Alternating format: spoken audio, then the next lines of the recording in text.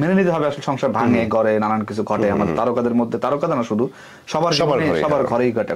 ধরেন টিকে থাকার যে বিষয়টা, এটা সম্ভব হয় কিভাবে?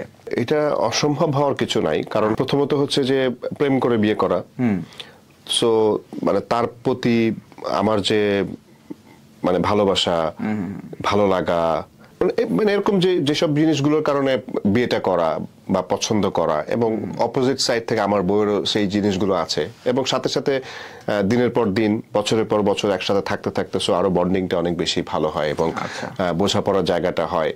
সো আমি আর আমার বউ ঝগড়া করলেও দেখা যাচ্ছে যে একদিনও মানে স্টে করে না, আচ্ছা, একদিনে বেশি থাকে না, ঝগড়া পরে মিটমাট হয়ে যায়। হ্যাঁ, মানে মিটমাট মানে কি, ওটা আসলে মানে আমরা কখনো ঝগড়া করার পরে মানে বসে যে ঠিক আছে আসো আমরা মিট করে ফেলি, হ্যাঁ কথা বলে জিনিসটা আছে, এরকম মনে হয় না। হয়তো আর ঠুস করে অন্য একটা এমন একটা টপিক দিয়ে শুরু করলাম যেটা আসলে এটার সাথে রিলেটেড না। মানে ফেসবুকে একটা নিজেদের ছবি ছেড়ে দেন, যে মানে ছবিটা দিলে যেন খুশি হয়। না, আমি ফেসবুকে ছবি তাহলে ঝগড়া তো বহুবার হয়েছে, আচ্ছা, ছবি কিন্তু খুব বেশি নাই।